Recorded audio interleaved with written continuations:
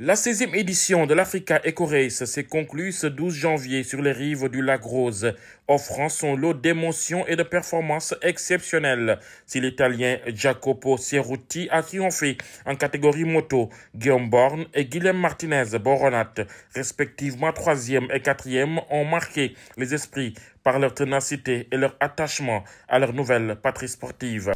Tu es bien? Ah ouais, ça va. C'était le touquet. Ayer la lié, 10 km antes de meta.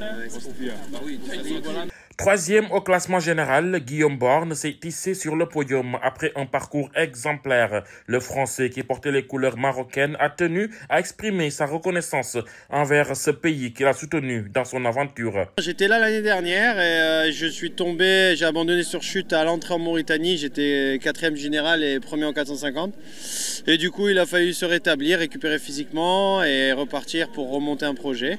Et parce qu'on avait une revanche à prendre, il fallait pas que ça se termine comme ça. Il y a pas mal de choses qui se passent. Le Maroc, c'est magnifique. Il y a des pistes aussi superbes là-bas, différentes. Et c'est un beau terrain pour ça. Grâce à la fédération marocaine, aujourd'hui, je porte le drapeau marocain parce que je suis sous l'égide de la FRMM. Donc je roule pour la Fédération royale marocaine de motocyclisme.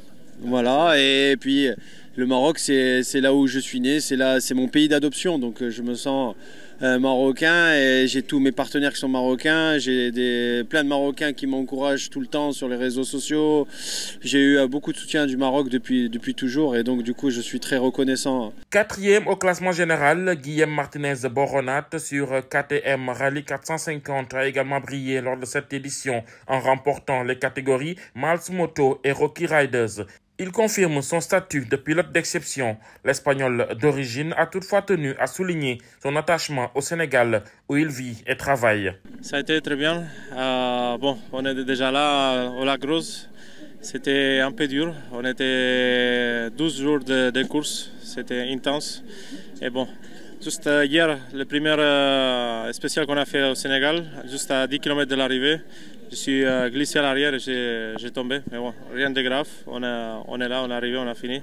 Et c'est votre première édition? Mon première édition, donc j'ai fait le rookie, première position, en malmoto aussi parce que j'avais pas d'assistance. C'est moi qui fais la mécanique et tout. J'ai fait aussi première en malmoto et dans la générale de scratch, j'ai fait 4e position. Donc et très pourquoi content. Le choix du Sénégal Parce que ça fait déjà, oui, depuis 2013 que je suis là. Je travaille ici, donc c'est mon pays maintenant. D'accord, donc vous êtes sénégalais? Bientôt, je vais avoir la nationalité sénégalaise. Cette édition 2025 de l'Africa Eco Race a été marquée par des duels haletants, des moments de dépassement de soi et des paysages à couper le souffle. Le duel entre Jacopo Cerruti et Alessandro Botturi pour la victoire finale en moto, ainsi que la lutte acharnée pour le podium entre Guillaume Borne et Guilhem Martinez Boronat resteront gravés dans les mémoires.